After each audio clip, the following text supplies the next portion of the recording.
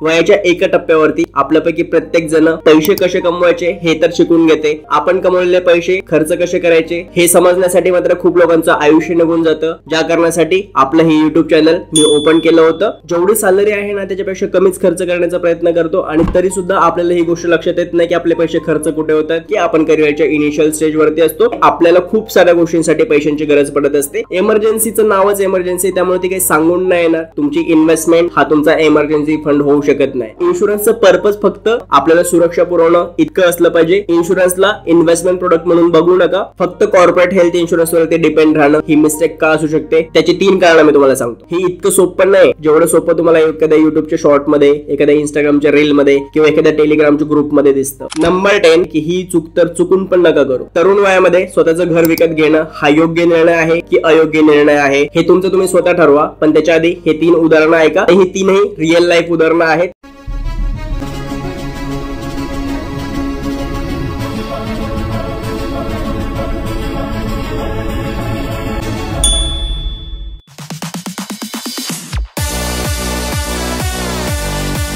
मित्रांनो, आजच्या व्हिडिओमध्ये आपण अशा 10 आर्थिक चुकांविषयी बोलणार आहे ज्या चुका आपल्यापैकी बहुतेक तरुण लोक त्यांच्या 20s मध्ये त्यांच्या पैशांसोबत करत असतात आणि त्याच कारणामुळे ते फायनान्शियल ट्रॅप मध्ये तरी फसतात किंवा आर्थिकदृष्ट्या गरीब राहतात. वयाच्या एका टप्प्यावरती आपल्यापैकी प्रत्येक जण, प्रत्येक व्यक्ती पैसे कसे कमवायचे हे तर शिकून घेते, ते शिकावंच लागतं. पण आपण कमवलेले पैसे खर्च कसे करायचे, त्या पैशांचं नियोजन कसं करायचं हे समजण्यासाठी मात्र खूप लोकांचं आयुष्य निघून जातं आणि तरी सुद्धा ही गोष्ट त्यांच्या लक्षात येत नाही. खरं तर हेच कारण आहे ज्या कारणासाठी आपलं हे युट्यूब चॅनल मी ओपन केलं होतं. आपल्यासारखे जे तरुण मित्रमैत्रिणी आहेत, विशेषतः मराठी मित्रमैत्रिणी, त्यांच्या करिअर विषयीची, त्यांच्या पैशांविषयीची अंडरस्टँडिंग वाढावी, समज वाढावी आणि त्यातून योग्य निर्णय घेण्यासाठी त्यांना मदत मिळावी. याच कारणासाठी आपल्या युट्यूब चॅनल वरती मी व्हिडिओज बनवत राहिलेलो आहे आणि यापुढे सुद्धा बनवत राहणार आहे. त्या सिरीज मधला आजचा हा एक खूप महत्वाचा व्हिडिओ आहे ज्यामध्ये अशा 10 कॉमन मिस्टेक्स सांगणार आहे मी, ज्या आपल्यापैकी बहुतेक लोक करतच असतात. कदाचित तुम्ही पण ह्याच्यातले काही मिस्टेक केल्या असतील किंवा फ्युचर मध्ये नकळतपणे त्या तुमच्याकडून होऊ शकतात. त्यामुळे हा इम्पॉर्टंट व्हिडिओ आहे. पूर्ण व्हिडिओ नक्की बघा शेवटपर्यंत. सो चला सुरुवात करूयात आपण. या 10 मधली सगळ्यात पहिली आर्थिक चूक आहे आपण कमवत असलेल्या पैशांचा ट्रॅक नाही ठेवणं. आता मी माझ्या खूप साऱ्या मित्रांसोबत जेव्हा बोलत असतो, पैशांविषयीचं आमचं डिस्कशन होतं, तेव्हा एक गोष्ट नेहमी कॉमन ऐकायला मिळते. मंथ एंड जेव्हा येतो ना किंवा महिना संपत येतो तेव्हा सॅलरी मधले पैसेच उरलेले नसतात आणि मग मी त्यांना बोलतो चला थोडासा हिशोब करूयात आपण की नेमकं तुम्ही कमवताय किती आणि त्यातून तुमचे खर्च किती आहेत आणि पैसे चाललेत कुठं नेमकं. तर जेव्हा 1-2 जणांसोबत ह्या गोष्टी मी कॅल्क्युलेट करायला बसलो ना तेव्हा ही शॉकिंग गोष्ट लक्षात आली की खरं तर त्यांचे एक्सपेन्सेस जे आहेत, खर्च जे आहेत ना ते त्यांच्या सॅलरीपेक्षा कमीच आहेत नेहमी. म्हणजे माझ्या एका मित्राला 25,000 रुपयांची सॅलरी होती आणि त्याचे मोठे मोठे एक्सपेन्स काढले. मी त्याला विचारलं की तुझे दर महिन्याचे खर्च काय काय आहेत, तर त्याने सांगितलं घराचा रेंट आहे, लाईट बिल आणि दूध, पेपर वगैरे या सगळ्या गोष्टींसारखे युटिलिटीचे काही बिल्स आहेत, मित्रांसोबतची पार्टी केली, ट्रॅव्हलिंग साठी थोडेफार पैसे गेले, एखादा त्याचा मोबाईलचा वगैरे EMI चालू आहे, असे मोठे मोठे जेवढे काही त्याचे खर्च होते ना ते सगळे एक्सेल शीट मध्ये लिहून घेतले आणि ते कॅल्क्युलेट करून बघितलं तर हे सगळे एक्सपेन्सेस मिळून पण 20,000 रुपयांच्या कमीच येत होते, जेव्हा की त्याला सॅलरी 25,000 रुपये होती आणि तरी सुद्धा दर महिन्याला मंथ एंडला त्याच्याकडे पैसेच नसतात. मी म्हटलं का बाबा, नेमके हे तुझे वरचे 5,000 रुपये जे सेव्ह व्हायला पाहिजे, उलट वाचायला पाहिजे तुझं सगळं खर्च होऊन सुद्धा, ते तुझ्याकडे का वाचत नाहीत? तर त्याच्याकडे उत्तरच नव्हतं. तो बोलला मलाच माहिती नाही नेमके पैसे कुठे जातात. हीच गोष्ट आपल्यापैकी खूप लोकांसोबत होत असेल. तुम्ही बघा, आपण नेहमी जेवढी सॅलरी आहे ना त्याच्यापेक्षा कमीच खर्च करण्याचा प्रयत्न करतो आणि तरी सुद्धा आपल्याला ही गोष्ट लक्षात येत नाही की आपले पैसे खर्च कुठे होतात आणि मंथ एंडला आपल्याकडे पैसेच उरत नाहीत. उलट आपल्याला क्रेडिट कार्ड वरनं काढायला लागतात किंवा मित्रांकडनं उधार घ्यायला लागतात. जर का ही गोष्ट अवॉइड करायची असेल तर ह्याला आपण थोडक्यात लिकेज म्हणू शकतो की आपल्याही नकळत कुठेतरी आपण पैसे स्पेंड करतोय आणि प्रोबॅबली अशा गोष्टींवरती स्पेंड करतोय ज्या गोष्टींवरती अनावश्यक खर्च आहे किंवा ती गोष्ट आपल्यासाठी गरजेची नाहीये. त्यामुळं सगळ्यात इम्पॉर्टंट गोष्ट, जर का हे सगळं अवॉइड करायचं असेल ना तर तुम्हाला तुमच्या पैशांचा ट्रॅक ठेवणे इम्पॉर्टंट आहे. दररोज संध्याकाळी 5 मिनिटांचा वेळ द्या आणि तुमचा फोन पे, गुगल पे, जिथून कुठून तुम्ही ट्रान्झॅक्शन करताय ना त्या सगळ्या गोष्टी एक्सेल शीट मध्ये मेंटेन करा किंवा एखादं मनी मॅनेजमेंट ऍप डाउनलोड करा आणि त्याच्यामध्ये एंट्रीज करा की कुठल्या गोष्टीसाठी आपण किती पैसे खर्च केलेत आणि मंथ एंडला जेव्हा तुम्ही टॅली कराल आणि कॅल्क्युलेट कराल, चेक कराल ना, तेव्हा तुमच्या लक्षात येईल की कुठल्या नेमक्या अनावश्यक गोष्टींवरती खर्च होतोय आपला. सगळ्यात पहिली ही चूक सुधारण्याचा प्रयत्न करा, ह्याच्यावरती काम करा की पुढचे 3 महिने तुम्ही खर्च केलेल्या प्रत्येक रुपयाचा हिशोब ठेवायचा आहे आणि चेक करायचं मंथ एंडला की कुठल्या गोष्टींवरती आपण आवश्यक खर्च केलेला आहे आणि कुठल्या गोष्टींवरती अनावश्यक खर्च केलेला आहे, हा ट्रॅक ठेवणं आणि हे तुमच्या लक्षात येणं ही सगळ्यात महत्त्वाची गोष्ट आहे, जी तुम्ही आजपासूनच करायला स्टार्ट करा, हे मी तुम्हाला रिकमेंड करेन. दुसरी आर्थिक चूक, फायनान्शियल मिस्टेक, जी आपल्यापैकी बहुतेक लोक परत करत असतात. जरी का समजा ट्रॅक ठेवला किंवा आपल्याला माहिती असेल आपले एक्सपेन्सेस कुठे होतात, तर त्या पैशांचं बजेटिंग न करणं. आता बजेटिंग ही खूप इम्पॉर्टंट गोष्ट आहे, कारण जोपर्यंत तुम्ही बजेट नाही करणार ना पैशांचं, तोपर्यंत तुम्हाला हे लक्षातच येणार नाही की आपण कशावरती खर्च केले पाहिजेत. तोपर्यंत तुम्ही रॅन्डम आणि अनकॉन्शियसच खर्च करत राहाल. तर पैशांचं बजेटिंग कसं करायचं हे आपण खूप व्हिडिओज मध्ये डिस्कस केलेलं आहे, किंवा तुम्हाला माहिती पण असेल. एक खूप बेसिक प्रिन्सिपल आहे बजेटिंगचं, ते म्हणजे 50-30-20 चं प्रिन्सिपल. 50% अमाऊंट तुम्ही जेवढे काही कमवताय त्या पैशांची, ती अमाऊंट तुमच्या गरजांवरती खर्च झाले पाहिजेत. आणि गरजांमध्ये सगळ्या गोष्टी येतील. त्या कुठल्या? तुमचा रेंट आहे, तुमचे जे युटिलिटीचे बिल्स आहेत ते येतील, तुमचा जर काही एखादा बँक EMI चालू असेल जो दर महिन्याला तुम्हाला पे करावाच लागतो तो असेल, तुमचं जर काही मेडिकेशन्स वगैरे ह्या सगळ्या गोष्टी चालू असतील, तुमचे फॅमिली एक्सपेन्सेस असतील, तर ह्या ज्या काही गरजांचा खर्च आहे ना की तो करावाच लागतो तुम्हाला दर महिन्याला, तो तुमच्या नीड्स मध्ये येईल. त्याच्यासाठी 50% अमाऊंट खर्च करायची. 30% अमाऊंट मध्ये तुमचे वॉन्ट्स अँड डिझायर्स कंप्लीट करायचे. कारण बघा, ही गोष्ट पण तेवढीच खरी आहे की म्हातारपणामध्ये जर काही करोडो रुपये जरी आपल्याकडे सेव्ह असले, तोपर्यंत आपल्याला चालायला येणार नाही, पाय नीट नसतील, काही खायला प्यायला येणार नाही, तोंडामध्ये दात व्यवस्थित राहणार नाहीत. अशा सिच्युएशन मध्ये खूप पैसे जरी आपल्याकडे असले, कमवून जरी आपण ठेवले, तरी त्यावेळेस त्या पैशांचा आनंद घेता येणार नाही. त्यामुळे आता जोपर्यंत वय आहे, एनर्जी आहे, ताकद आहे आपल्याकडे, तोपर्यंत आपल्याला आयुष्य पण एन्जॉय करायचंय. पण ऍट द सेम टाइम आपली फायनान्शियल हेल्थ व्यवस्थित राहील आणि फायनान्शियल बजेट बिघडणार नाही, या गोष्टीची काळजी घेऊन. त्यामुळं तुम्ही जे काही कमवताय त्याच्या 30% मध्ये ह्या सगळ्या गोष्टी तुम्हाला करायच्यात. जसं की पार्टी करायची, नवीन मोबाईल घ्यायचाय, नवीन कपडे घ्यायचे, किंवा अजून तुम्हाला एखादी ट्रिप अरेंज करायची मित्रांसोबत, फॅमिली सोबत. अशा सगळ्या ज्या डिझायर वाल्या गोष्टी असतात ना, आपल्याला करायच्या असतात, त्या सगळ्या गोष्टींसाठी तुमच्या सॅलरीची 30% अमाऊंट खर्च झाली पाहिजे. आणि मिनिमम 20% अमाऊंट म्हणजे 20% अमाऊंट ही दर महिन्याला न चुकता आणि न विसरता इन्व्हेस्टच झाली पाहिजे. सेव्ह करा आणि इन्व्हेस्ट करा. आता हे इन्व्हेस्ट कसे करायचे, कुठल्या असेट्स मध्ये इन्व्हेस्ट केलं तर लॉंग टर्म मध्ये आपल्यासाठी बेनिफिशियल असू शकेल, याच्याविषयी जर का तुम्हाला पूर्ण मार्गदर्शन हवं असेल, तसा एखादा व्हिडिओ हवा असेल, तर कमेंट करून मला सांगा. मी कंप्लीट गायडन्स वाला एखादा व्हिडिओ पण त्याच्यावरती सेपरेट बनवेन. जेव्हा तुम्ही ट्रॅक ठेवायला सुरुवात केलीत, त्याच्यानंतर तुमच्या पैशांची बजेटिंग करायला स्टार्ट करा आणि या 50-30-20 च्या फॉर्म्युल्यानुसार तुमच्या पैशांचं बजेटिंग करायला पण आजपासूनच स्टार्ट करा. तिसरी कॉमन फायनान्शियल मिस्टेक, ती म्हणजे इझी लोन्स घेणं. बघा, आजकाल ना लोन घेणं हा प्रकार खूप सोपा झालेला आहे. आपल्याला क्रेडिट कार्ड खूप सहजपणे मिळतंय. क्रेडिट कार्ड मिळाल्याच्या नंतर काही ऍप सुद्धा आहेत जे 15 मिनिटांमध्ये, 30 मिनिटांच्या आतमध्ये तुम्हाला छोटे छोटे लोन देतात. 50,000 रुपयांचं, 1,00,000 रुपयांचं, 15,000 रुपयांचं, 20,000 रुपयांचं. बरोबर आहे. आधी एक वेळ होती जेव्हा तुम्हाला एखादं लोन घ्यायचं असेल, फार फार तर ते पर्सनल लोन वगैरे, तर बँकेत जायला लागायचं, सगळं डॉक्युमेंटेशन कंप्लीट करायला लागायचं, त्याच्यानंतर तुम्हाला 2-3 वर्षाचे ITR द्यायला लागायचे, प्लस गॅरंटर द्यायला लागायचे. अशा खूप साऱ्या गोष्टी केल्यानंतर, प्रोसिजरच्या नंतर एखादं लोन मिळायचं. पण लोन मिळणं आता सोपं झालेलं आहे आणि त्यामुळे लोकांचं काय होतंय, आपण पटकन लोन घेतो, पटकन क्रेडिट कार्डचे बिल्स आपल्यावरती चढतात. पण ह्या गोष्टीमुळे होतं काय माहिती, लोन घेणं हे तर सोपं आहे, पण लोन रिपे करणं तेवढंच अवघड काम आहे. तुम्ही फ्रस्ट्रेटेड लोक बघितलेले असतील क्रेडिट कार्डच्या ट्रॅप मध्ये, तर माझ्याच ओळखीतले कितीतरी लोक आहेत ज्यांचं 1-1 आणि 1.5 लाख रुपयांचं क्रेडिट कार्डचं बिल दर महिन्याला पेंडिंग असतं, जेव्हा त्यांचं पेमेंट 30-40 हजार रुपयांच्या आसपास पण नसतो. आणि यावरून हद्द म्हणजे भरपूर जे ऍप्स आहेत ना, जे तुम्हाला 5-5 मिनिटांमध्ये लोन देतात, ते तर सरळ सरळ फ्रॉडचा बिझनेस करतात. एक तर त्यांचं लोन खूप महाग असतं, 35-40% इंटरेस्ट इयरली चार्ज करत असतात तुमच्या लोनवरती ते. आणि त्यातूनही जर का एखादा EMI बाउन्स झाला तुमचा, किंवा तुम्ही पे नाही करू शकलात, तर ते लोक लिटरली तुमच्या कलिग्सला फोन करतील, तुमच्या मित्रांना कॉल करतील, तुमच्या फॅमिली मधल्या लोकांना कॉल करतील, तुमच्या बॉसला कॉल करतील. काही केसेस मध्ये तर तुमचे इंटरनेटवरले फोटो घेऊन ते मॉर्फ केले जातात, त्याचे व्हिडिओज बनवले जातात आणि अशा पद्धतीने सुद्धा लोकांना टॉर्चर करण्याचे उद्योग चालू आहेत आता. त्यामुळे जर का तुम्हाला फायनान्शियल ट्रॅप मध्ये फसायचं नसेल किंवा लॉंग टर्म मध्ये तुमची फायनान्शियल हेल्थ चांगली ठेवायची असेल ना, तर ही गोष्ट स्ट्रिक्टली अवॉइड करा. कुठलंही लोन ना घेऊच नका. आजही मला माहिती क्रेडिट कार्डचा स्मार्ट वापर कसा करायचा, पण मी तरीही क्रेडिट कार्ड साठी अप्लाय नाही केलं, कारण आता तशी वेळ पण नाहीये, हे मला माहितीये. त्याची सवय लागते आपल्याला. डिसएडव्हान्टेजेस जास्त असतात किंवा आपण ते करून घेतो, जेवढे त्याचे फायदे आहेत त्यापेक्षा जास्त ह्या वयामध्ये, कारण की आपण करिअरच्या इनिशियल स्टेज वरती असतो आणि आपल्याला खूप साऱ्या गोष्टींसाठी पैशांची गरज पडत असते. हे आभासी पैसे जे असतात ना, जे आपले नसतात, कुणीतरी आपल्याला देत असतं, त्या ट्रॅप मध्ये जर का एकदा फसायला स्टार्ट झालं ना, तर त्याच्यातून निघणं बाहेर हे खूप अवघड काम आहे. त्यामुळं लाईफ मध्ये एज्युकेशन लोन किंवा होम लोन सारखं एखादं लोन, तो पण विचारपूर्वक निर्णय घ्यायचा आहे. असं जर का एखादं महत्वाचं लोन असेल तर तो पूर्ण विचार करून 1-2च महत्वाची लोन्स घेतली पाहिजेत. ह्या छोट्या छोट्या लोनच्या ट्रॅप्स मध्ये तर आपण बिलकुल नाही पडायला पाहिजे, जेणेकरून आपल्यासोबत कुठला फ्रॉड पण होणार नाही आणि ते लोन रिपेमेंटचं जे टेन्शन असतं, जो वैताग असतो ना, त्याच्यातून पण तुम्ही वाचू शकाल. ह्या लोनच्या ट्रॅप्स पासून नेहमी बाहेर राहण्याचा प्रयत्न करा. नंबर 4, इन्व्हेस्टमेंट करायला डिले करत राहणं. जेव्हा मी माझ्या भरपूर साऱ्या मित्रांना विचारतो ना की तू इन्व्हेस्टमेंट कुठं करतो, तर त्यांचं उत्तर असतं कुठेच नाही करत. का नाही करत? तर सॅलरीज खूप कमी आहे, आता खूप कमी कमवतोय, जेव्हा चांगले पैसे कमवायला लागेल तेव्हा इन्व्हेस्टमेंट करायला स्टार्ट करेन, जेव्हा सॅलरी वाढेल तेव्हा इन्व्हेस्टमेंट करायला स्टार्ट करेल, जेव्हा बोनस येईल तेव्हा इन्व्हेस्टमेंट करायला स्टार्ट करेन. ही सगळी त्यांच्याकडे कारणं असतात. पण एक गोष्ट लक्षात घ्या, वॉरन बफेट एकदा म्हणाले होते, त्यांनी वयाच्या 11व्या वर्षी इन्व्हेस्ट करायला स्टार्ट केलं आणि तरी सुद्धा वॉरन बफेट म्हणाले होते की मी आयुष्यात खूप लेट इन्व्हेस्टमेंट करायला स्टार्ट केली. जर त्यांना 11वं वर्ष लेट वाटत असेल तर आपण तर 25-30 वर्षांपर्यंत आलोय. अजून किती तुम्हाला असं वाटतं की आपल्याकडे वेळ आहे? आणि सेकंड थिंग, जर का तुम्ही कंपाऊंडिंग या गोष्टीचा अभ्यास केला, चक्रवाढ व्याज ह्या गोष्टीचा अभ्यास केला, तर तुम्हाला हे खूप स्पष्टपणे लक्षात येईल की किती अमाऊंट मध्ये आपण पैसे इन्व्हेस्ट करू शकतो, यापेक्षा जास्त किती लॉंग टर्म साठी पैसे इन्व्हेस्ट करू शकतो, किती जास्त वेळ आपण त्या पैशांना ग्रो करण्यासाठी देतो, हे इम्पॉर्टंट आहे. कंपाऊंडिंग अशा पद्धतीने वर्क करते. त्यामुळे तुम्ही म्हणाल की पुढच्या 5 वर्षानंतर दर महिन्याला मी 10,000 रुपये इन्व्हेस्ट करेल, त्यापेक्षा जास्त बेटर गोष्ट तुमच्यासाठी ही आहे की आज आत्तापासून दर महिन्याला 500 ते 1000 रुपये इन्व्हेस्ट करायला स्टार्ट करा. ते पैसे सुद्धा लॉंग टर्म मध्ये तुम्हाला चांगला बेनिफिट देतील आणि चांगली ग्रोथ देतील. त्यामुळे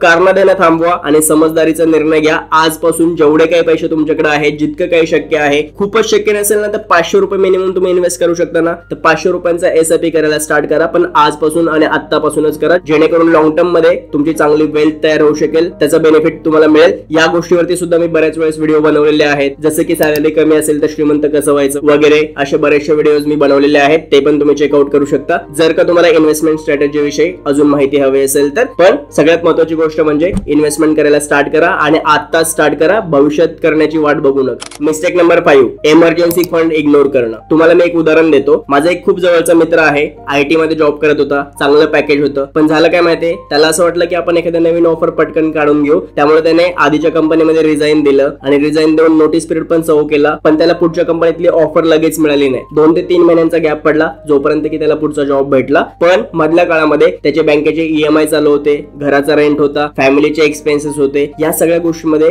तो इतका फ्रस्ट्रेट झाला कारण सॅलरी बंद झाली होती आणि त्याच्याकडे खर्च करायला पण पैसे नव्हते. विचार करा, ज्याचे 30-40 हजार रुपयाचे मंथली ईएमआय चालू आहेत, 20-25 हजार रुपये घरचा खर्च आहे, तेवढं जर का 60-70 हजार रुपयाचा लोड त्याच्यावरती मंथली असेल आणि 3 ते 4 महिने सॅलरीच नाही आली आणि त्याच्याकडे सेव्हिंग मध्ये पण काहीच नाही, तर कुठल्या लेवलचं फ्रस्ट्रेशन त्या माणसाला येत असेल. तुम्ही तुमच्या आजूबाजूला सुद्धा अशा बऱ्याचशा केसेस बघितले असतील जिथं लोक इमर्जन्सी सिच्युएशन साठी रेडीच नसतात. खूप काही इमर्जन्सी येऊ शकतात, जसे की तुमचा एखादा ऍक्सिडेंट झाला आणि त्यातून 3-4 महिन्यांची बेड रेस्ट लागली, जेव्हा मे बी तुमची कंपनी तुम्हाला पे नाही करणार, अशा वेळेस पण तुम्हाला घर तर चालवावं लागणार आहे. अशा वेळेस जर का तुमचा बँकेचा ईएमआय असेल तर बँक तर नाही बोलणार की बाबा तुझा ऍक्सिडेंट झालाय, 3 महिन्यानंतर पैसे दे. किंवा समजा आता ले ऑफचे वगैरे वारे चालू आहेत, अशा एखाद्या केसमध्ये तुमचा जॉब गेला, इमर्जन्सीचं नावच इमर्जन्सी, त्यामुळे ती काही सांगून नाही येणार की बाबा 15 दिवसात मी तुझ्या लाईफ मध्ये येणार आहे. त्यामुळं इमर्जन्सी साठी रेडी राहणं. बघा, लाईफ अनप्रेडिक्टेबल आहे हे आपल्याला माहिती आहे, प्रत्येक इमर्जन्सी काय आपल्याला माहिती नसते, पण जेवढ्या काही इमर्जन्सी येऊ शकतात लाईफ मध्ये हे आपल्याला माहिती आहे ना, तेवढ्यांसाठी तरी रेडी राहणं हे आपलं काम आहे. त्यामुळं 6 महिन्यांचा मिनिमम इमर्जन्सी फंड, तुमचा जो काही बेसिक गरजांचा खर्च आहे जो तुम्हाला दर महिन्याला करावाच लागतो, तेवढा पुढच्या 6 महिन्यांचा खर्च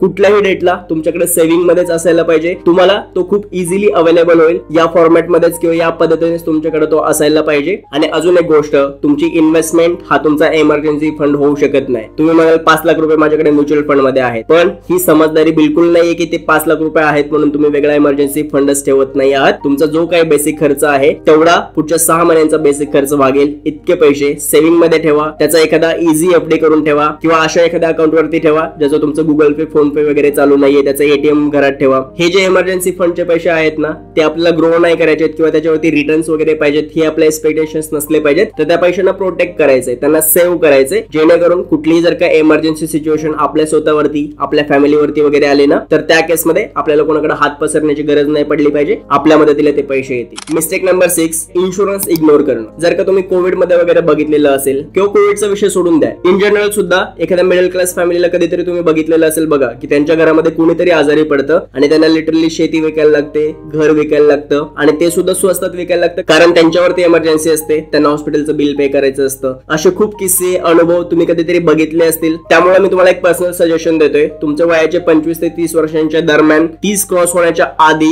एक हेल्थ इन्शुरन्स आणि एक लाईफ इन्शुरन्स कंपल्सरी काढून ठेवा. जरी का तुम्ही आजारी पडणार नसाल तरी सुद्धा हेल्थ इन्शुरन्स साठी आतापासूनच प्रीमियम भरायला स्टार्ट करा. त्याच पद्धतीने एक लाईफ इन्शुरन्स सुद्धा आत्ताच काढून घ्या. जर का समजा तुम्हीच कमवणारे व्यक्ती असाल तुमच्या घरामध्ये, तुम्हीच करते धरते आहात आणि तुमच्याच लाईफ सोबत देव ना करो, पण जर का काही झालं तर तुमच्या फॅमिलीच्या आर्थिक सुरक्षिततेचं काय, त्यांच्या भविष्याचं काय, याचा विचार कुठेतरी आपल्याला करावा लागणार आहे. त्यामुळं एक हेल्थ इन्शुरन्स आणि एक लाईफ इन्शुरन्स हा निघालाच पाहिजे, काढलाच गेला पाहिजे आणि योग्य वेळेवरती काढला गेला पाहिजे. जर का समजा तुमचं लग्न झालेलं असेल, तुम्हाला लहान लहान मुलं असतील, तर तुमच्या वाईफचा आणि लहान मुलांचा इन्शुरन्स वेगळा काढला गेला पाहिजे, हेल्थ इन्शुरन्स. आणि तुमचे पॅरेंट्स वगैरे असतील तर त्यांचा हेल्थ इन्शुरन्स वेगळा निघाला पाहिजे. कारण हेल्थ इन्शुरन्स मध्ये प्रीमियम हा नेहमी हायेस्ट एजला लागत असतो किंवा ओल्डेस्ट एजला लागत असतो. त्यामुळे आपल्या आई वडिलांचं एज जास्त असतं, त्यांच्यासोबत जर का आपण आपला हेल्थ इन्शुरन्स कंबाईन केला तर आपल्याला पण जास्तीचा प्रीमियम विनाकारण पे करायला लागू शकतो. त्याच्यावरती मी एक सेपरेट व्हिडिओ पण बनवलेला आहे, तो तुम्ही जाऊन बघू शकता. आणि लाईफ इन्शुरन्स मध्ये पण तुम्हाला फक्त टर्म प्लॅन बाय करणं हा जास्त योग्य ऑप्शन असू शकतो. बरीच लोक ह्याच्यामध्ये एक चूक करतात की इन्शुरन्स हा इन्व्हेस्टमेंट प्रोडक्ट म्हणून ते परचेस करतात. हेल्थ इन्शुरन्स असो किंवा लाईफ इन्शुरन्स पण असो, जसं की काही गॅरंटेड रिटर्न्स वाले प्लॅन आहेत, युनिक वाले वगैरे प्लॅन आहेत, ज्याच्यामध्ये आपल्याला एक्सप्लेन केलं जातं की तुम्हाला तुमचे पैसे वेस्ट पण नाही जाणार, त्याच्यावरती रिटर्न्स पण मिळणार, 15 वर्षानंतर इतके मिळतील, 20 वर्षानंतर इतके मिळतील, 25 वर्षानंतर इतके मिळतील वगैरे वगैरे वगैरे. पण एक गोष्ट लक्षात घ्या, त्यापेक्षा तुम्ही एफडी जर कराल ना बँकेमध्ये, तरी सुद्धा तुम्हाला त्याच्यापेक्षा जास्त रिटर्न्स मिळतील. म्हणून इन्शुरन्सचं पर्पज फक्त आपल्या फॅमिलीला प्रोटेक्ट करणं, आपल्याला सुरक्षा पुरवणं इतकं असलं पाहिजे. इन्शुरन्सला इन्व्हेस्टमेंट प्रोडक्ट म्हणून बघू नका. इन्व्हेस्टमेंट वेगळी करा आणि इन्शुरन्स वेगळा काढा. इन्शुरन्सला फक्त इन्शुरन्स पुरतच ठेवा, जेणेकरून मिनिमम प्रीमियम पे करून तुम्हाला मॅक्झिमम बेनिफिट्स मिळतील. म्हणून इन्शुरन्स इग्नोर करू नका. आजच्या काळामध्ये ती खूप जास्त इम्पॉर्टंट गोष्ट आहे आणि गरजेची सुद्धा. Mistake number 7. माझ्या ना ऑफिस मधल्या एका मित्रासोबत मी डिस्कस करत होतो आणि त्याला मी विचारलं की बाबा तुझा हेल्थ इन्शुरन्स काढलेला आहे का? तर तो काय बोलला माहितीये की अरे ऑलरेडी आपण कंपनीमध्ये काम करतोय आणि कंपनीने आपल्याला हेल्थ इन्शुरन्स दिलेलाच आहे, तर मग परत वेगळा हेल्थ इन्शुरन्स काढण्याची गरज काय? आणि हीच एक कॉमन मिस्टेक आहे जे खूप सारे कॉर्पोरेट मधले लोक करत असतात. फक्त कॉर्पोरेट हेल्थ इन्शुरन्स वरती डिपेंड राहणं ही मिस्टेक का असू शकते, त्याची 3 कारणं मी तुम्हाला सांगतो. नंबर 1, इन्शुरन्स मध्ये ना पीईडी ही एक खूप महत्वाची टर्म असते. पीईडी म्हणजे काय, तर प्री एक्झिस्टिंग डिसीज. म्हणजे जेव्हा तुम्ही इन्शुरन्स काढताय ना, त्याच्या आधी जर का तुम्हाला एखादा आजार असेल तर त्या आजारासाठी इन्शुरन्स कंपनी तुम्हाला लगेच पे करत नाही. त्याच्यासाठी लागतो एक वेटिंग पिरियड, जो मे बी काही आजारांसाठी 2 वर्षाचा किंवा काहींसाठी 3 ते 4 वर्षाचा पण असू शकतो. आणि जेव्हा तुमची कंपनी तुम्हाला इन्शुरन्स प्रोव्हाइड करत असते ना, तर तो इन्शुरन्स तोपर्यंतच व्हॅलिड असतो जोपर्यंत तुम्ही त्या कंपनीचे एम्प्लॉई आहात. आणि आता आपल्यापैकी तर तरुण लोक दर 2 वर्षाला जॉब बदलतात. त्यामुळे ज्या दिवशी तुम्ही ती कंपनी सोडली ना, त्या दिवशी तिथला इन्शुरन्सचा विषय संपला. दुसरी कंपनी तुम्ही जॉईन कराल, त्या ठिकाणी तुमचा इन्शुरन्स चालू होईल. पण तो नवीन चालू असेल, 0 पासून स्टार्ट झालेला असेल आणि पुन्हा सगळं नव्याने स्टार्ट झालेलं असेल, कारण तुम्ही नवीन एम्प्लॉई आहेत त्या कंपनीचे. त्या केसमध्ये मे बी तुम्हाला प्री एक्झिस्टिंग डिसीज मध्ये ती केस जाऊ शकते आणि तुम्हाला त्या इन्शुरन्सचे बेनिफिट पण मिळणार नाहीत. आणि जो नो क्लेम बोनस वगैरे असतो, या सर्व गोष्टींचे बेनिफिट सुद्धा तुम्हाला मिळत नाहीत. हे सगळ्यात पहिलं कारण ज्यासाठी फक्त कॉर्पोरेट हेल्थ इन्शुरन्स वरती डिपेंड राहणं ही चूक असू शकते. दुसरं कारण, जे कॉर्पोरेट हेल्थ इन्शुरन्स असतो किंवा जो ग्रुप इन्शुरन्स असतो ना, त्याच्यामध्ये नेहमी तुम्हाला को पेमेंटचा क्लॉज असतो. जेवढं काही हॉस्पिटलचं बिल होईल ना, त्याच्या मिनिमम 20% अमाऊंट नेहमी तुम्हाला पे करावी लागते आणि कंपनी मॅक्झिमम 80% अमाऊंटच पे करते. लेट्स से तुमच्या कंपनीचा हेल्थ इन्शुरन्स 5 लाख रुपयांचा आहे आणि तुमचं हॉस्पिटलचं बिल पण 5 लाख रुपयांचं झालं, तर त्या केसमध्ये सुद्धा पूर्ण 5 लाख रुपयांचं बिल कंपनीकडनं किंवा कॉर्पोरेट हेल्थ इन्शुरन्स मधून पे होत नाही. तिथं 20% तुम्हाला करावं लागतं. म्हणजे 1 लाख रुपये तुम्हाला तुमचे स्वतःचे पे करायला लागतील आणि 4 लाख रुपयांचं बिल त्या हेल्थ इन्शुरन्स मधून कव्हर होईल. जेव्हा की त्याची लिमिट 5 लाख रुपयांची आहे तरी सुद्धा. हे का होतं, कारण त्याच्यामध्ये को पेमेंटचा क्लॉज असतो बऱ्याचदा आणि त्यामुळे सुद्धा कॉर्पोरेट हेल्थ इन्शुरन्स वरती डिपेंड राहणं ही आपली चूक असू शकते. तिसरं कारण, लेट्स से 5 लाख रुपयांपर्यंतचा तुमचा हेल्थ इन्शुरन्स आहे पण तुमचं हॉस्पिटलचं बिल 10 लाख रुपयांचं झालं, तर आता काय कराल तुम्ही? तुम्हाला तर वरचे 5 लाख रुपये तर तुम्हाला स्वतःला पे करायचे. तर ह्या केसमध्ये जर का तुमच्याकडे एक प्रायव्हेट हेल्थ इन्शुरन्स असेल ना, तर भारतामध्ये ती सोय उपलब्ध आहे किंवा आपल्यासाठी तो ऑप्शन अवेलेबल आहे की तुम्ही दोन्ही हेल्थ इन्शुरन्स एक बिल पे करण्यासाठी वापरू शकता. तुमचा जर का 5 लाख रुपयांचं प्रायव्हेट हेल्थ इन्शुरन्स असेल आणि 5 लाख रुपयांचं कॉर्पोरेट हेल्थ इन्शुरन्स असेल, तर हे 10 लाख रुपयांचं बिल पे करण्यासाठी दोन्ही इन्शुरन्सचा वापर आपल्याला करता येऊ शकतो. आणि बहुतेकदा तुमची फॅमिली, तुमचे आई वडील हे तुमच्या कॉर्पोरेट हेल्थ इन्शुरन्स मध्ये इन्क्लूड नसतात. जरी मे बी तुमची इमिजिएट फॅमिली असेल, तुमची वाईफ, मुलं वगैरे असतील, तरी सुद्धा तुमचे पॅरेंट्स नसतात आणि आपल्यापेक्षा जास्त हेल्थ इन्शुरन्सची गरज आपल्या पॅरेंट्सला आहे. अशी काही महत्वाची कारणं आहेत ज्यासाठी तुमचा एक कॉर्पोरेट हेल्थ इन्शुरन्स जरी असला ना, तरी त्याच्यासोबत तुमचा आणि तुमच्या संपूर्ण फॅमिलीचा एक वेगळा हेल्थ इन्शुरन्स काढून ठेवलेलाच पाहिजे, जो वेळेवरती तुम्हाला मदत करेल. आणि हे इग्नोर करणं, असं एक प्रायव्हेट हेल्थ इन्शुरन्स नाही काढून ठेवणं, ही आपली फायनान्शियल मिस्टेक असू शकते, ज्याच्यासाठी वेळ आली तर आपल्याला खूप मोठी प्राइस पे करायला लागू शकते. नंबर 8, अजून एक खूप महत्वाची, एक सिरियस फायनान्शियल मिस्टेक मी माझ्या खूप मित्रांना, माझ्या खूप ओळखीतल्या मुलांना करताना बघितलेली आहे. हे लोक इंस्टाग्राम आणि युट्यूबचे शॉर्ट्स वगैरे बघून ना ट्रेडिंग आणि फ्युचर अँड ऑप्शन्स मध्ये वगैरे इन्व्हेस्ट करायला स्टार्ट करतात. आणि नुसतंच इन्व्हेस्ट करत नाहीत, तर ते इन्व्हेस्ट करण्यासाठी त्यांच्याकडे जे पैसे आलेले असतात ना, ते त्यांनी पर्सनल लोन मधून आणलेले असतात. म्हणजे लोन घेऊन रिस्की असेट मध्ये इन्व्हेस्ट करता येते. एक गोष्ट लक्षात घ्या, ट्रेडिंग आणि फ्युचर अँड ऑप्शन्स हा काही फ्रॉड आहे असं मी म्हणत नाहीये, पण त्याच्यासाठी खूप एक्सपर्टीज लागतात, खूप एक्सपिरियन्स लागतो, नॉलेज लागतो आणि त्याच्यानंतर जाऊन कुठेतरी खूप कमी लोक त्याच्यामध्ये सक्सेसफुल होतात. झिरोदा ऍप तुम्हाला माहिती आहे, त्याचे जे फाउंडर आहेत ना निखिल कामत, ते काही इंटरव्ह्यू मध्ये म्हणाले होते भारतामध्ये जेवढे काही ट्रेडर्स आहेत ना त्यांच्यापैकी 82% ट्रेडर्स हे दरवर्षी लॉस मध्ये असतात. फक्त 18% लोक आहेत जे ट्रेडिंग आणि F&O वगैरे यांसारख्या गोष्टींमधून कुठेतरी प्रॉफिट कमवत आहेत थोडंफार, आणि ते 18% लोक एक तर लकी असणार आहेत किंवा खूप एक्सपिरियन्स असणार आहेत, एक्सपर्ट असणार आहेत. त्यामुळे फ्युचर अँड ऑप्शन्स किंवा ट्रेडिंग या सगळ्या गोष्टींना नवीन लोकांसाठी शक्यतो नाहीये. कुणीही जो आर्थिक बाबतीतला जाणकार माणूस आहे ना तो तुम्हाला रिकमेंड नाही करणार की तुम्ही एकदम सुरुवातीला ट्रेडिंग करायला स्टार्ट करा किंवा फ्युचर अँड ऑप्शन्स मध्ये इन्व्हेस्ट करायला स्टार्ट करा. आपल्याला जर का करायचं असेल, एक तर आपण करिअरच्या सुरुवातीला असतो, आपल्याकडे ऑलरेडी पैशांची तंगी चालू असते आणि त्यातल्या त्यात लॉकडाऊनच्या नंतर वगैरे जर का तुम्ही युट्यूब वरती जास्त व्हिडिओज बघत असेल ट्रेडिंग आणि स्टॉक मार्केटच्या रिलेटेड आणि एखाद 2 महिन्यामध्ये जर का तुम्हाला 40-50% प्रॉफिट आला असेल तर तुम्ही स्वतःला बादशाह समजायला लागतं की नाही मला तर माहिती आहे 40 आणि 50% रिटर्न्स कसे मिळवायचे, पण ती गोष्ट लॉंग टर्म मध्ये टिकत नाही. याच्यामध्ये अल्टिमेटली जर का तुम्ही सगळा हिशोब काढाल तुमच्या स्वतःचा, पण जर का तुम्ही अशा चुका केल्या असतील तर फायनली तुम्ही लॉस मध्येच असता. त्यामुळं एक तर सगळ्यात पहिली गोष्ट, सुरुवात रिस्की असेट पासून नाही करायची. तुम्हाला सुरुवात नेहमी सेफ असेट्स पासून करायची. कमी रिटर्न्स मे बी मिळतील पण रिस्क पण तेवढीच कमी असेल. त्यातही लोन काढून तर रिस्की असेट्स मध्ये बिलकुल इन्व्हेस्ट नाही करायचंय. हा सगळ्यात मोठा ट्रॅप असू शकतो तुमच्यासाठी. ती गोष्ट नाईटमेअर ठरू शकते, कारण बँकेला एक फिक्स इंटरेस्ट रेट तुम्हाला द्यायचंच आहे. पर्सनल लोन जर का तुम्ही काढलेलं असेल किंवा क्रेडिट कार्डवरनं तुम्ही कुठेतरी स्वाईप मारलेले असतील तर ऑलरेडी तुम्हाला खूप एक चांगला मजबूत इंटरेस्ट रेट बँकेला पे करायचा आहे आणि तेवढे रिटर्न्स तुम्ही प्रेडिक्ट नाही करू शकत की तुम्हाला रिस्की असेट्स मधून मिळणार आहेत. एखाद्या दुसऱ्या वेळेला ते ऍक्सिडेंटली मिळणं हा विषय वेगळा असतो, पण कॉन्स्टंटली ते रिटर्न्स मिळत राहणं ही खूप अवघड गोष्ट आहे. ही इतकं सोपं नाही जेवढं सोपं तुम्हाला एखाद्या युट्यूबच्या शॉर्ट मध्ये, एखाद्या इंस्टाग्रामच्या रील मध्ये किंवा एखाद्या टेलिग्रामच्या ग्रुप मध्ये दिसतं. म्हणून मित्रांनो, पैशांची ना हाव नका करू. पैशांसोबत थोडंसं पेशन्सली राहा, संयमाने राहा. सुरुवात करताना नेहमी मिनिमम एक्सपेक्टेशन्स ठेवा आणि ज्याच्यावरती तुम्ही खूप शुअर आहात अशा इन्व्हेस्टमेंट असेट पासूनच चालू करा. आणि तेही जर का स्वतःचे पैसे असतील तर आणि तरच. इन्व्हेस्टमेंट ही कर्ज घेऊन, इतरांकडनं उधार पैसे घेऊन किंवा क्रेडिट कार्डवरनं पैसे काढून करण्याची गोष्ट नाहीये. हे सगळ्यात आधी लक्षात घ्या. फायनान्शियल मिस्टेक नंबर 9, अजून एक खूप महत्वाची मिस्टेक जी या सिरीज मध्ये लोक करत असतात. त्यांचे हाय इंटरेस्ट वाले लोन्स चालू असतात आणि स्टील ते इन्व्हेस्ट करतात. म्हणजे कोणी क्रेडिट कार्डवरनं 1 लाख रुपये काढलेले आहेत, कोणीतरी एखाद्या ऍप वरनं 70-80 हजार रुपये काढलेले आहेत, कोणाचं पर्सनल लोन चालू आहे 5 लाख रुपयांचं आणि ते फक्त तेवढाच EMI पे करतात जेवढं पे करणं गरजेचं आहे आणि इकडे 10-10 हजार रुपये म्युच्युअल फंड्स मध्ये टाकतात, 5-5 हजार रुपये अजून कुठल्या तरी एखाद्या स्कीम मध्ये इन्व्हेस्ट करतात. एक गोष्ट लक्षात घ्या, जर का तुमचं खूप लॉंग टर्म वाला लोन असेल आणि त्यातल्या त्यात होम लोन सारखा एखादा लोन असेल ज्याचा इंटरेस्ट रेट मे बी 10% आतमध्ये असू शकतो, तर अशा एखाद्या लोन मध्ये तुम्ही पेशन्सली घेत असाल आणि EMI पे करून बाकीचे पैसे इन्व्हेस्ट करत असाल तर ती गोष्ट समजता पण येते. पण जर का तुमचं पर्सनल लोन चालू आहे 15% वरती, तुमचं क्रेडिट कार्डचं लोन आहे 30-35-40% वरती आणि जर का तुम्ही ते पे न करता किंवा त्याच्यासाठी एक्स्ट्रा पेमेंट न करता इन्व्हेस्टमेंट जर का करत असाल ना तर तो तुमच्यासाठी चुकीचा निर्णय असू शकतो.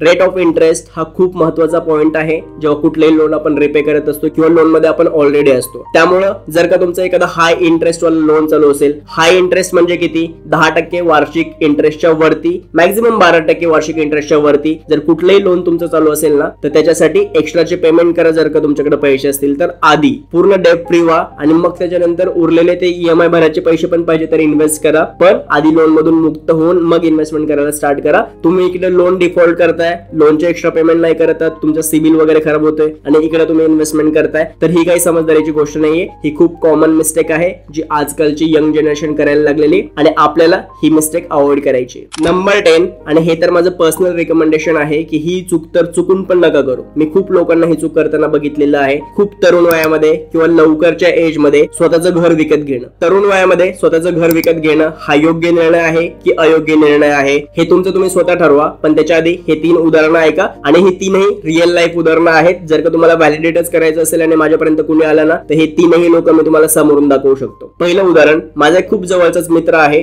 ते 3 भाऊ आहेत आणि तिघही पुण्यामध्ये राहतात. लास्ट इयरला त्याने त्याच्या गावाकडे घर घेतलं ज्याच्यासाठी त्याने 25 लाख रुपयांचं बँक लोन काढलं, ज्याचं 25 ते 30 हजार रुपयांच्या रेंज मध्ये EMI चालू आहे. आता गावाकडे फक्त त्याचे आई वडील राहतात. ते तिघही भाऊ पुण्यामध्ये राहतात आणि वेगवेगळ्या ठिकाणी राहतात. ते त्यांच्या घराचा रेंट पे करतात तिघ पण, आणि एक बँकेचा EMI पण चालू आहे. ते फॅमिलीच्या प्रेशर मध्ये किंवा रिलेटिव्हच्या प्रेशर मध्ये त्याने तो घर घेतलेलं होतं. हा निर्णय योग्य असू शकतो का हे तुम्ही ठरवायचंय. दुसरी केस, माझा एक मित्र मुंबईमध्ये राहतो आणि त्याला लग्न वगैरे करण्याची डेट जवळ आली होती किंवा ते वय झालं होतं त्याचं, त्यामुळे त्याच्या घरच्यांनी इतरांनी थोडंसं प्रेशराईज केलं किंवा कुठल्याही अजून कारणामुळे त्याने एक घर घेतलं, ते घेतलं पनवेलला आणि त्याचा जॉब तिकडे दादर अंधेरी साईडला कुठेतरी आहे. इथून पनवेलवरून दादर अंधेरी दररोज अपडाऊन करणं त्याच्यासाठी पॉसिबल नाहीये. मग त्याने काय केलं, पनवेलचं घर 7-8 हजार रुपये रेंटवरती दिलं आणि तिकडे अंधेरीला 15 हजार रुपये रेंटचं एक घर घेतलं. आता विचार करा, जर का 20 ते 25 लाख रुपयाचं ह्या घराचं लोन असेल तर ह्याचा EMI तो पे करतोय, तिकडे 15 हजार रुपये रेंट पण पे करतोय आणि प्लस लग्नासाठी जी स्थळं येतात ती त्याला बोलतात की ते घर मुंबईच्या बाहेर पनवेलला कुठेतरी आहे, त्यांना मेन मुंबईमध्ये घर पाहिजे. थोडासा विचार करा, हा निर्णय योग्य आहे की अयोग्य आहे. तिसरं आणि मे बी सगळ्यात सिरियस उदाहरण जे मी बघितलं होतं, माझ्याच ओळखीतली एक व्यक्ती आहे, त्याने पण साधारण 35-1 लाख रुपयांचं होम लोन घेतलं होतं. पहिले 1-2 वर्ष तरी ठीक चाललं, तो घेतलेल्या घरात राहत पण होता, त्याचा जॉब पण चांगला चालू होता, IT मध्ये जॉब करत होता, EMI पण त्याने 2-3 वर्ष व्यवस्थित पे केले. पण झालं काय माहिती, त्याला ना प्रोजेक्टच नाही भेटला, तो कुठेतरी बेंचवर वगैरे होता आणि कंपनीने त्याला काढून टाकलं. पुढचा जॉब मिळेपर्यंत परत त्याला 3-4 महिन्यांचा पिरियड लागला आणि त्याच्या घराचे 2 ते 3 EMI बाउन्स झाले. त्याच्यासाठी त्याला नोटीस आल्या. त्याला एक तर दुसरं जॉब शोधण्याचं टेन्शन, प्लस हे घराचे EMI बाउन्स होतात ह्याचं टेन्शन, घरातल्या सगळ्या गोष्टींचं टेन्शन. तर विचार करा, ती फॅमिली कुठल्या प्रेशर मध्ये असेल, ती व्यक्ती कुठल्या प्रेशर मध्ये असेल आणि हे सगळ्या गोष्टी होतात कशामुळं. याचं कारण आहे, आपण एक मोठं लोन आणि लॉंग टर्म साठीचं जे मिनिमम 20 ते 25 वर्षांचं लोन असतं, ते लोन कुठल्या तरी फॅमिलीच्या प्रेशर मध्ये, रिलेटिव्हच्या प्रेशर मध्ये किंवा अदर कुठल्या तरी कॉन्सिक्वेन्सेस मधनं घेतलेलं असतं. तो एक थॉटफुल डिसिजन नसतो किंवा गरज म्हणून आपण घर घेत नाही, तर प्रेशर म्हणून आपण स्वतःचं घर खरेदी करतो. तरुण वयामध्ये प्रत्येकाचं स्वप्न असतं की स्वतःचं घर लाईफ मध्ये एकदा तरी खरेदी करायचंय आणि आपण ते केलंच पाहिजे. मी घर खरेदी करण्याच्या विरोधामध्ये बिलकुलच नाहीये, पण त्याची योग्य वेळ काय आहे, तो मी जो सेपरेट व्हिडिओ बनवलेला आहे, घर घेण्याची योग्य वेळ कुठली, त्याच्यामध्ये मी सगळे डिटेल मध्ये समजून सांगितलेले की काय एज असू शकते किंवा कुठल्या पॉइंटला आपण लाईफचे घर घेतलं पाहिजे वगैरे. डिटेल मध्ये जर का तुम्हाला माहिती हवी असेल तर तो व्हिडिओ बघा. पण आतासाठी मी तुम्हाला शॉर्ट मध्ये सांगतो, एकतर ना जर का समजा तुम्हाला 25,000 रुपयाचा EMI पे करायचा ना, तर थोडेसे स्मार्ट बना, 15 हजार रुपयाच्या रेंटच्या घरामध्ये राहा आणि जे 10 हजार रुपये तुम्ही बँकेला पे करणार आहात ना, ते पुढच्या 10 वर्षांसाठी कंटिन्युअसली इन्व्हेस्ट करत राहा. साधा SIP जरी तुम्ही केलात आणि 12-15% जे रिटर्न्स तुम्हाला मिळाले ना, तर 10 वर्षामध्ये एक चांगली अमाऊंट तुमची तयार होईल आणि 10 वर्षानंतर जेव्हा तुम्ही स्वतःचं घर घ्यायला जाल ना, मे बी जर का ती योग्य वेळ असेल तर त्यावेळेस डाऊन पेमेंट करण्यासाठी तुमच्याकडे एक चांगली अमाऊंट तयार झालेली असेल, तुमच्याकडे एक चांगली इन्व्हेस्टमेंट कॉर्पस तयार झालेला असेल तोपर्यंत, आणि मे बी तेव्हा तुमच्यासाठी जास्त योग्य वेळ पण असेल, कारण आपण तोपर्यंत फायनान्शियली स्टेबल झालेलो असतो. मे बी तुमच्या मुलांचे एज्युकेशन पण स्टार्ट झालेलं असतं. त्यामुळे ह्या सगळ्या खर्चांचा विचार करून, त्यावेळेस जी परिस्थिती असेल त्या सगळ्या परिस्थितीचा विचार करून एखादं घर खरेदी करणं हा जास्त योग्य निर्णय असू शकतो. तरुण वयामध्ये किंवा खूप अर्ली एज मध्ये जेवढी काही मुलं घर खरेदी करतात ना पुण्यामध्ये किंवा कुठल्याही एखाद्या शहरामध्ये, तर तो decision most of the times पूर्ण विचार करून घेतलेला नसतो, तो अंडर प्रेशर घेतलेला असतो आणि पुढचे 20 ते 25 वर्ष पश्चाताप करायला लागतो त्या एका घरासाठी किंवा त्या एका मोठ्या लोन साठी. त्यामुळे इतकी मोठी जबाबदारी घेताना, इतकं मोठं लोन घेताना पूर्ण विचार करून घ्या. त्यातही जर का तुम्हाला घ्यायचं असेल आणि तुमची कॅपॅसिटी असेल तर मी कुणीच नाही तुम्हाला रोखणारा, पण माझा सांगण्याचा उद्देश इतकाच आहे की तो डिसिजन थॉटफुल असावा आणि तुमच्या गरजेची ती गोष्ट असावी. सो या 10 होत्या मोस्ट कॉमन मिस्टेक्स ज्या आजकालची जी तरुण मंडळी आहे, आपले मित्र जे आहेत ते करत असतात त्यांच्या पैशांसोबत आणि त्यातून एका फायनान्शियल ट्रॅप मध्ये फसत जातात. म्हणून या 10 मिस्टेक्स अवॉइड करा आणि मला कमेंट करून सांगा ह्याच्यातली मिस्टेक तुम्ही पण कुठली केली आहे का आणि ती तुम्ही कशा पद्धतीने सुधारणार आहात किंवा तुम्हाला ह्याच्यापैकी कुठल्या गोष्टी महत्त्वाच्या वाटल्या ते सुद्धा. हा व्हिडिओ जर का तुम्हाला आवडला असेल तर व्हिडिओला लाईक करा, तुमच्या सगळ्या मित्रांसोबत हा व्हिडिओ शेअर सुद्धा करा. तुमच्या अजूनही जर का काही प्रश्न असतील तर कमेंट बॉक्स मध्ये मला सांगायला विसरू नका आणि अशाच महत्त्वपूर्ण आणि इम्पॉर्टंट व्हिडिओसाठी आपल्या YouTube चॅनल नक्की सबस्क्राईब करा. आपण भेटूयात पुन्हा पुढच्या व्हिडिओमध्ये. तोपर्यंत आपली आणि आपल्या सगळ्या माणसांची काळजी घ्या. This is Suraj Thite signing of.